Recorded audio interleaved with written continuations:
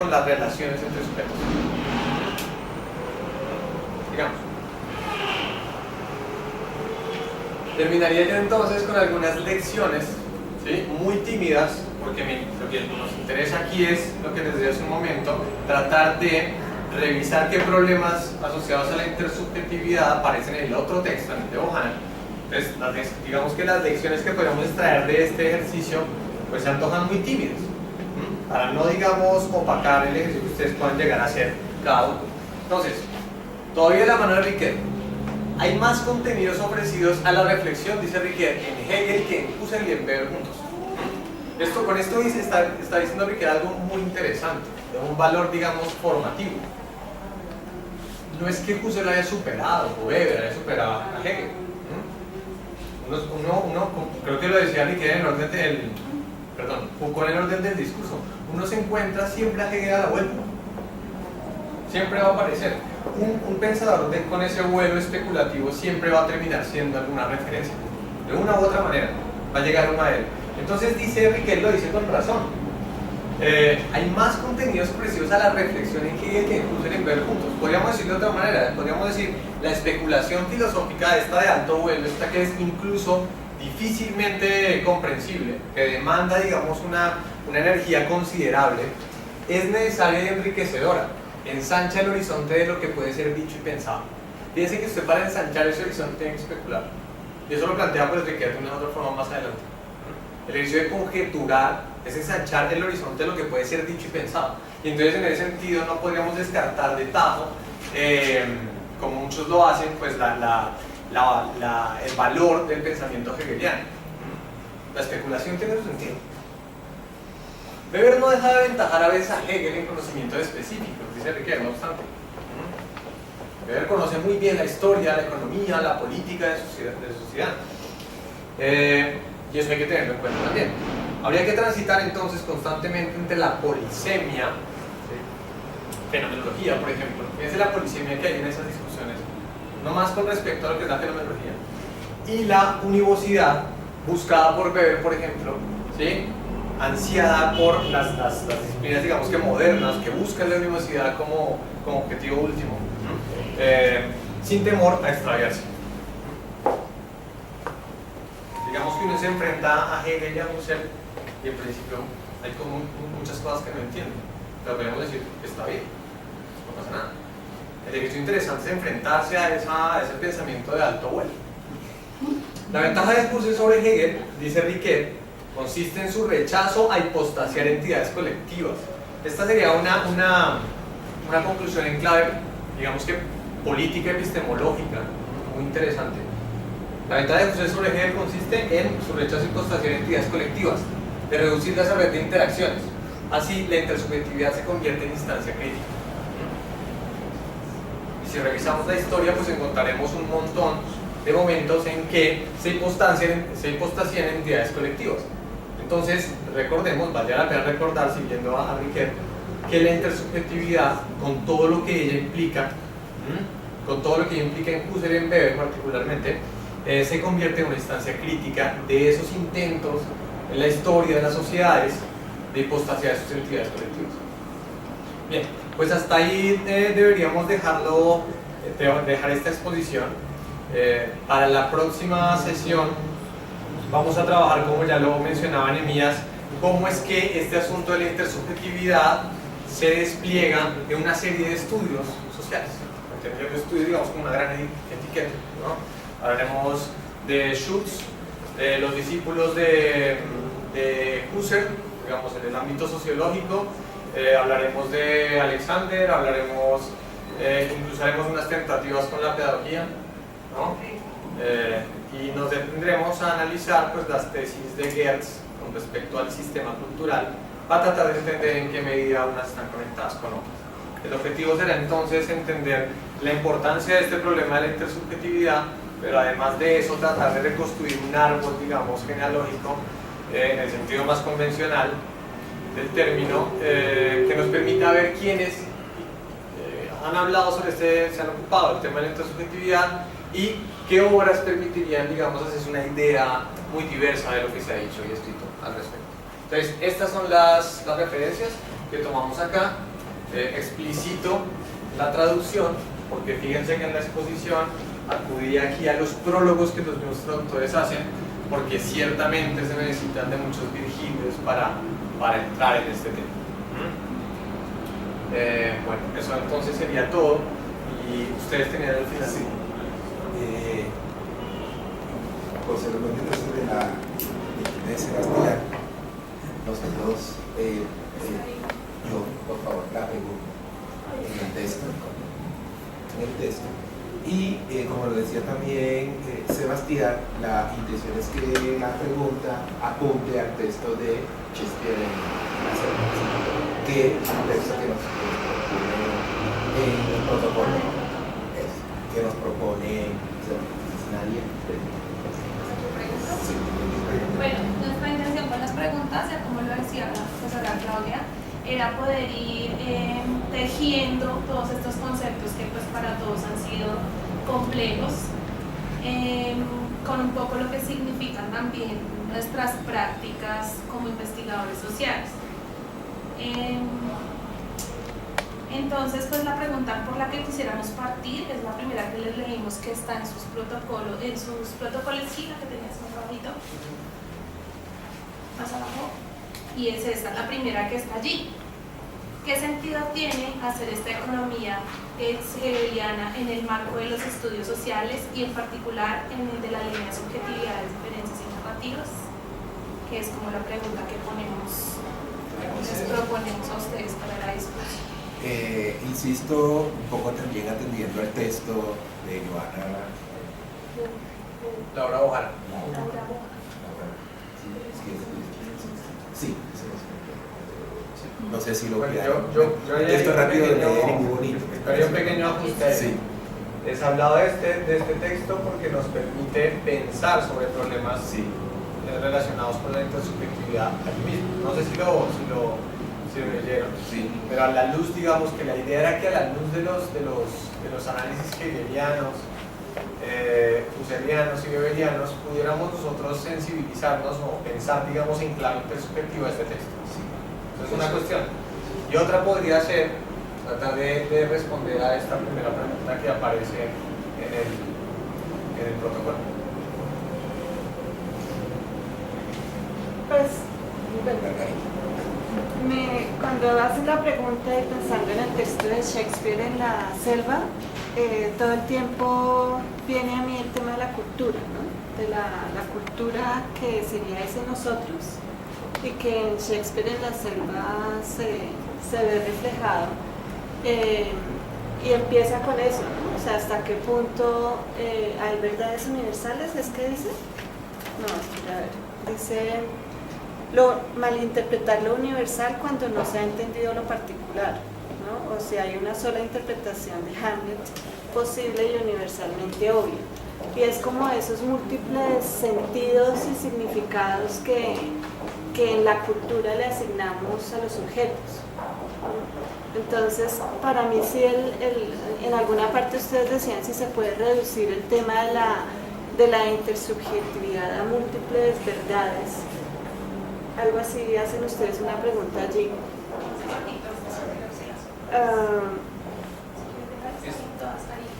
¿Cómo es? Sí, allí está, ahí. A ver. Sí, ¿en qué medida la intersubjetividad posibilita la reducción de la objetividad a partir de la construcción de un colectivo, un nosotros en el marco de las prácticas sociales? Entonces es eso, ¿no? O sea, si la intersubjetividad es ese cúmulo de verdades particulares que cuando entran a consensuarse, a ponerse juntas, logran una verdad que es la verdad de todos, ¿sí?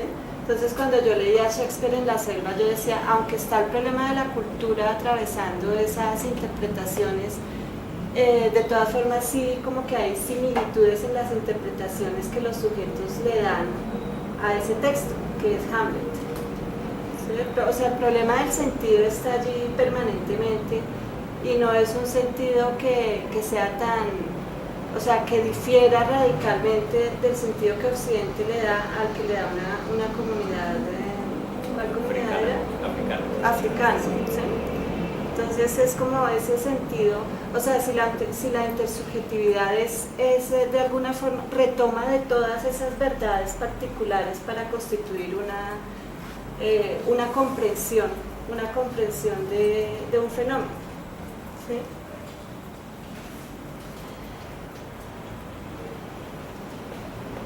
Para mí en ese documento es claro, pues además de la presencia de dos culturas que tratan de hacer interpretaciones sobre unos fenómenos asociados a la historia de Hamlet, creo que es clave también reconocer que detrás de cada una de esas culturas por separado, que luego entran a dialogar el hecho de que se construye cada una de esas culturas en un ejercicio de intersubjetividad. Es decir, la autora está cargada de relaciones interculturales inglesas, digamos, llamarlo específicamente, y se va a encontrar con aquella comunidad africana también, digamos, que en relaciones intersubjetivas han construido unas interpretaciones del mundo y unas interpretaciones que, digamos, que se ponen a prueba a la hora, por ejemplo, de analizar, de ponerle como tinte de bueno o malo, cómo es posible que ustedes piensen así basada, por ejemplo, frente al hecho de que la mamá de Hamlet se casa se vuelve a casar con el tío de Hamlet luego de que este supuestamente lo envenena. Entonces, mientras que digamos que desde la mirada inglesa eso es exabrupto, para la comunidad africana la cosa pues no es tan escandalosa, y digamos que un poco lo que relata el documento es esa diferencia de interpretaciones en algunos casos particulares de la historia de Hamlet. Pero yo sí veo ahí justamente algunas cosas de las que habló el profesor Sebastián, en el sentido, por ejemplo, de que frente a un fenómeno de los que se relatan allí, que se podría asumir como un objeto, hay dos posibles miradas, y como esas dos miradas después entran a negociar. Entonces estaría, digamos que desde mi interpretación estaría viendo que el texto presenta o da inicio a una posible relación intersubjetiva de otro orden, digámoslo así, por lo que es de dos culturas distintas, que estaría por zanjar, porque definitivamente no hay una intención tampoco de poner de acuerdo cuál es la interpretación correcta. Creo que incluso lo pone en términos éticos de los sucesos que están allí relatados. Pero sí veo justamente como esa triada, ¿no? Objeto, es el suceso allí y dos sujetos distintos, uno la comunidad africana y otro la autora misma, que están narrando y que en un momento dado forman, creo yo, por lo menos los elementos necesarios para hablar de intersubjetividad. Yo me hago una pregunta de si no será necesario dejar claro algunos elementos básicos, porque podría pasar que se generan confusiones como la que acaba de enunciarse. La primera pregunta es: ¿qué es fenómeno cuando se habla de fenomenología? Es decir, porque el problema es una constitución ontológica, ¿no? La pregunta por lo real. ¿Cuál es el papel de una cierta idea de sujeto en la cuestión del fenómeno? ¿Y por qué el sujeto termina comprendiendo el fenómeno? Que es el otro concepto, comprensión. Entonces, habíamos dicho, esas son simplemente preguntas, habíamos dicho que existiría una relación ontología, epistemología, etc.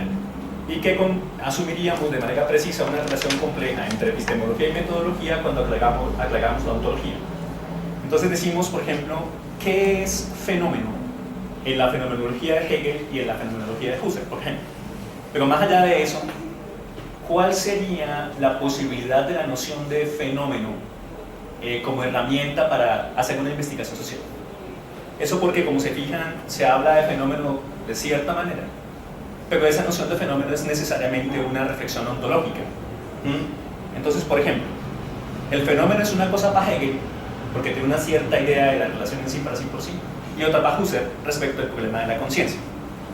Una aproximación inicial diría, bien, un fenómeno es aquello que aparece para una conciencia. Luego no hay fenómeno sin conciencia. Bueno, entonces ¿dónde quedó el mundo objetivo? Sí, el mundo objetivo quedó en el hecho de que una conciencia es capaz de objetivarlo, Hegel, o el hecho de que yo puedo establecer un elemento común con otra conciencia como yo, Husserl. Pero aquí hay una pregunta seria, y la pregunta es, ¿qué es eso que es un fenómeno? ¿Y cómo es eso que podemos, por ejemplo, usar la noción de, comillas, fenómeno social? Eso porque hay una distinción interesante entre experiencia y práctica en dos órdenes metodológicos distintos. La noción de práctica o práctica social en la genealogía y la noción de experiencia en la fenomenología, por ejemplo. ¿Qué diferencia hay entre fenómeno y experiencia? Entonces apaga ese problema del sentido. ¿Qué es eso que es sentido en la perspectiva fenomenológica y cómo se distingue el problema del sentido en la fenomenología de lo que usted acaba de decir, que es el problema de la hermenéutica? Porque la hermenéutica y la fenomenología no son lo mismo. Una cosa es interpretar el mundo, desde los debates que tienen Ricoeur y otros, y otra cosa es el hecho de que el mundo de la vida aparezca para nosotros en un compartir del sentido que se da en el mundo objetivo. No es lo mismo decir, esto es susceptible de interpretación, o sea, de un ejercicio hermenéutico, a decir, el fenómeno que aparece delante de la conciencia como mundo objetivo compartido deviene el mundo de la vida en el hecho de la experiencia que todos tenemos de ese mismo mundo. El Lebenswelt como tal. O sea, yo lo que quiero decir es que hay que ir un poco despacio, no es ser hediondo diablo, terminemos confundidos en términos ontológicos. Ahora sí, entonces hagamos una posible conexión, ¿no? Pregunta, ¿por qué se habla epistemológicamente hablando de comprensión? ¿Y por qué la comprensión se da precisamente en el marco de la intersubjetividad? ¿Por qué se dice comprensión como elemento epistemológico y metodológico? ¿Sí? Es una pregunta interesante, porque lo que usted señala en el problema de se dice en la hermenéutica de la fusión de horizontes que está ahí, es el hecho de que yo comprendo hasta el horizonte de mi mundo de la vida, es decir, hasta donde voy, hasta lo que compartimos como mundo objetivo. ¿Sí? Pero hay un momento en el que el enfrentamiento entre horizontes termina haciendo que se dé una posible fusión de horizontes a través de un elemento que no ha quedado explícito aquí y que nos toca hacerlo, que es el problema del lenguaje. Porque la mediación del enfrentamiento de los horizontes es justamente una cuestión de lenguaje. Y al parecer, viene un problema, no podemos escaparnos de ello, al parecer. Porque en el enfrentamiento de la fusión de horizontes, en el enfrentamiento horizóntico que está ahí, hay una cosa que sí está, y son dos lenguajes distintos. Pregunta, ¿qué se hace con esos lenguajes? ¿Se comprenden o se interpretan? ¿O se interpretan para comprenderse? Eso porque yo quiero señalar que las relaciones son más complejas de lo... No es el de donde nos quedemos en una posición puramente superficial de la cuestión.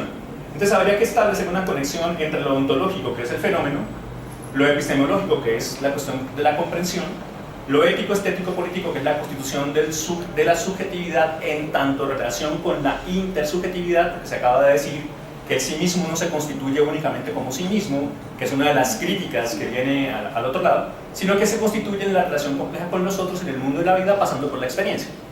O sea, yo me constituyo como conciencia en mi experiencia. Y por último, la relación compleja de qué es eso que implica que la conciencia pase por una relación con los otros siempre. O sea, que conciencia en el doble sentido, que ya habíamos visto en Kant, como conciencia moral y como conciencia epistemológica.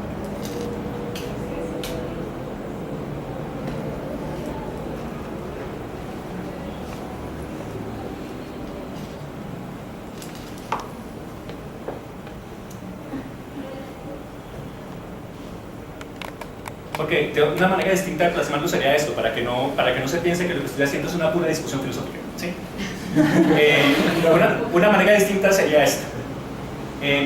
¿Cómo es posible decir subjetividades, diferencias y narrativas en clave de intersubjetividad? ¿Por qué podría pasar que alguien supusiera que se dice subjetividad, diferencias y narrativas solo en clave postestructuralista?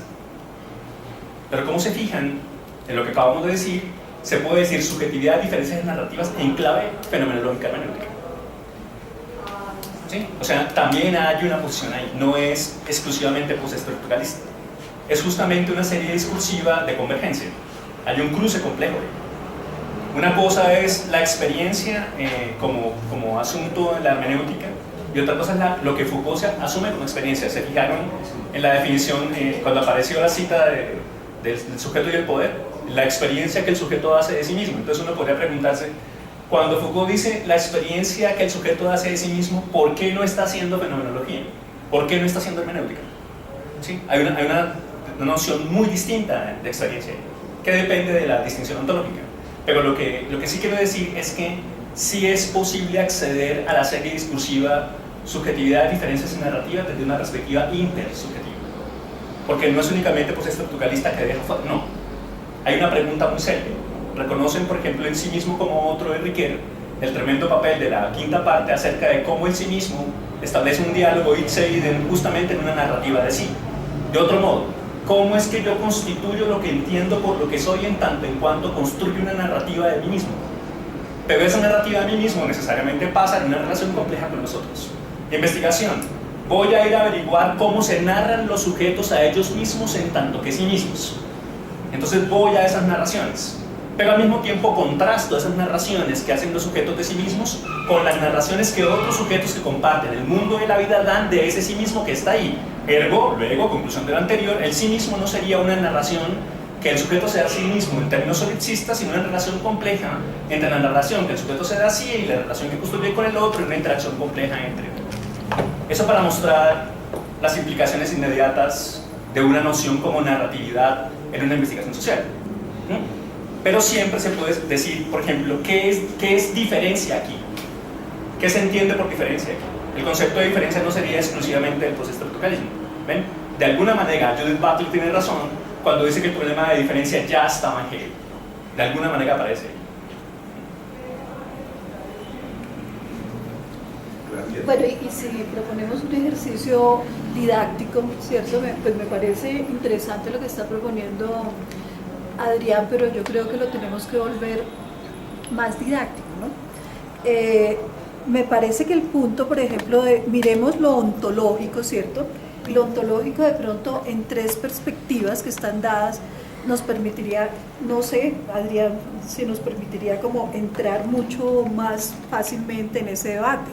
Es decir, una ontología, como en lo que está proponiendo hoy Sebastián, que tiene como punto la conciencia y una conciencia racional, ¿cierto? Es diferente a un planteamiento ontológico postestructuralista proveniente de Deleuze, por ejemplo, o de las feministas o de las posfeministas que hablan de la materialidad corporal. Entonces, estamos hablando ya no de conciencia y de razón, sino que estamos hablando de cuerpos y de materialidades subjetivas, ¿sí? Y esto, digamos, visto también en Foucault, es decir, cuando se habla de lo ontológico y eso articulado a los modos de subjetivación. Entonces, si miráramos, digamos, como esos tres panoramas, ¿cierto? Nos permitiría de pronto entender lo que Adrián dice en lo epistemológico, sería la comprensión o la explicación o la interpretación o entender desde el acontecimiento. En lo ético-político, ¿cómo se vería eso? No sé, de pronto tomando como esto que hemos venido viendo como en clave Deleuze, en clave Riquet, ¿no? O Husserl, y en clave de pronto ya más post. No sé qué piensan. Pero si se fijan, habría muchos elementos en los que podría empezar esa clase de deliberación. Uno de ellos es, por ejemplo, la cuestión de nosotros. ¿Qué es eso que es un nosotros? Sí, eso sería una posición. Y que es, ¿cómo se fijan? Inmediatamente establece una relación compleja entre lo ético, lo político, etc. Pero habría otro, que es otro horizonte. Ya Husserl lo había hecho en otra parte, en el problema de la crisis de las ciencias, ¿no? La aparición del conocimiento como herramienta para dar cuenta del mundo. La otra sería el problema ontológico de qué es eso que es lo real. Y la otra sería qué es un sí mismo en las diferentes posiciones. ¿Sí? Por ejemplo, ¿qué es un sí mismo acá en tanto que conciencia? ¿Sí? Entonces ahí está un problema muy serio, y es que la posición Foucaultiana le dice a estas visiones fenomenológicas y hermenéuticas, ustedes presuponen una conciencia que está en el mundo, que es capaz de dar sentido al mundo. Y esa presuposición ontológica termina siendo metafísica, que es justamente lo que Heidegger quería rebatirle a Husserl en Ser y Tiempo, con la cuestión del Dasein. Pero la pregunta es esta: cuando un sí mismo está instalado en el mundo, pregunta, ¿está instalado en el mundo como conciencia? Desde Hegel pasando hasta Husserl hay una cuestión clara: hay una historia que constituye ese sí mismo. ¿Ven? Y hay una pregunta seria: ¿cómo podemos dar cuenta de la constitución del sí mismo? Respuesta hegeliana: la fenomenología del espíritu. ¿Ven? Ese sí mismo se constituye de este modo, y como se fijan, hay un tremendo avance hegeliano cuando existe una relación compleja con los otros en la segunda negación. Ahora, eso es una cosa, pero la otra es, Foucault tiene razón cuando acusa a estos elementos de presuponer una conciencia, ergo presuponer un nosotros, porque si se presupone una conciencia subjetiva, trascendental, quisiera insistir en la diferencia entre trascendente y trascendental, ¿no? Recuerden que el trascendental quiere apartarse de una perspectiva metafísica, solo que de manera paradójica al parecer termina cayendo en otra. Pero la pregunta es esta: ¿prevalece ontológicamente, hay una preeminencia ontológica de un sujeto como conciencia o de un sujeto político como nosotros en estas posiciones? Bueno, eso es lo que Foucault va a decir. Foucault va a decir: se presuponen nosotros en esas teorías. ¿Cuál es mi trabajo? Hacer visible que tal nosotros no existe. Y si existe, funciona en términos de unas relaciones de poder que construyen unos elementos que... Por eso esa cuestión de que la subjetivación política en Foucault no está clara, bueno, sí. Primero. Otro. Segundo movimiento: llevar más lejos la inmanencia radical Foucaultiana para decir, con Nietzsche y los demás, lo que somos es lenguaje, cuerpo, relaciones de poder, etc. Y esa inmanencia radical niega cualquier trascendental. Y negando cualquier trascendental, entonces no hay ninguna posibilidad de sujeto como anterioridad ontológica. Lo que hay es forma de vida, etc.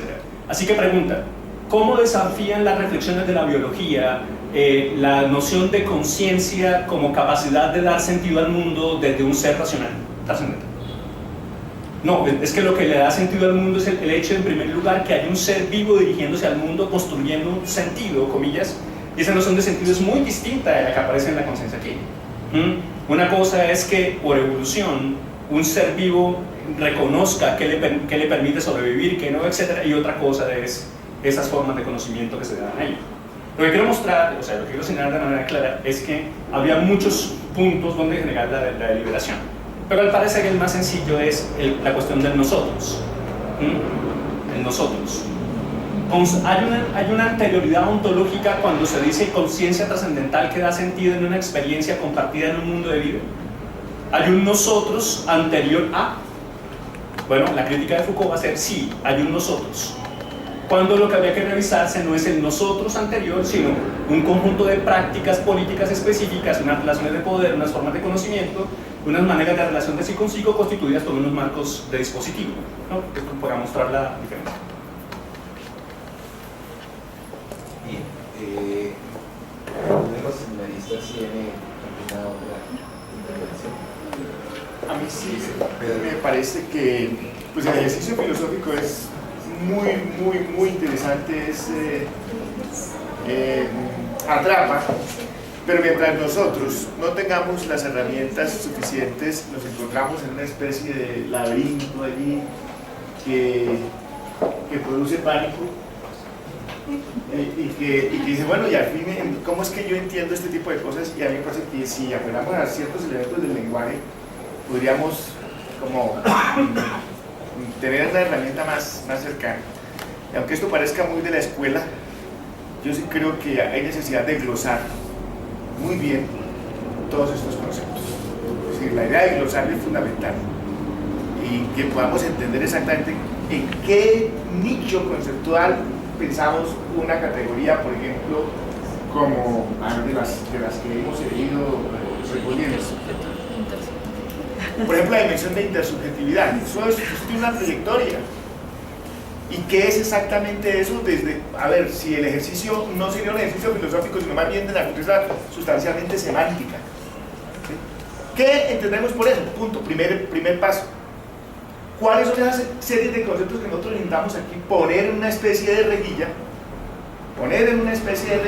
Bajar eso a un plano supremamente didáctico, porque es que hay una diferencia muy grande para todo. Yo lo pienso de esta manera, profesor. Ustedes están en un discurso de una trayectoria constituida y en la que ustedes han hecho su recorrido. ¿Estamos? Es el discurso filosófico.